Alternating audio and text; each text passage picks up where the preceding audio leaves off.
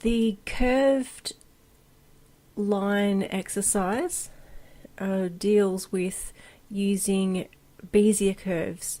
So this time I'm going to choose the pen tool again. We'll start at this point and we'll drag out to the red dot. We'll start at this little hollow or white node and drag out to this red dot. And we'll finish with the end point and drag out to the red dot. And if you want to make adjustments, you can choose the direct selection tool or A on the keyboard, and you can use that to pull your handles left and right. So the handles will be symmetrical by default, and you can make them longer or shorter, or use them like a seesaw to create the shape that you're after. Shift Apple and A to deselect, and this one again I'm choosing that center node and I'm dragging up to the red point. This time I'm going to drag down to the red point, so I'm creating a different type of line. I'm creating a different looking line, so a wavy line. Select P on the keyboard to activate the pen tool. Start at the left point here, drag up to your red dot, and again I'm not holding shift, I'm not holding option, I'm not holding anything, I'm just clicking and dragging, and it's creating what almost looks like a sewing stitch. I'm going to deselect that shape. Now this time we're going to introduce a technique that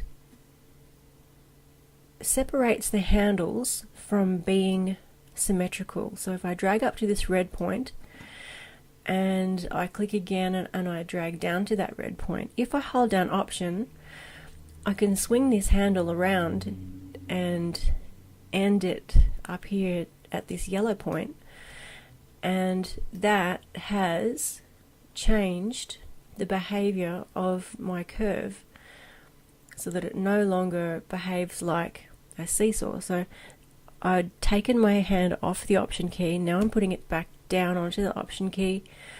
I'm holding it down until I place my handle right on that yellow dot, and then I'm letting go of my option, and then I'm clicking again and dragging. So I might do that one just one more time so you really understand what's going on, and I'll zoom into that. Select P on the keyboard to activate the pen tool.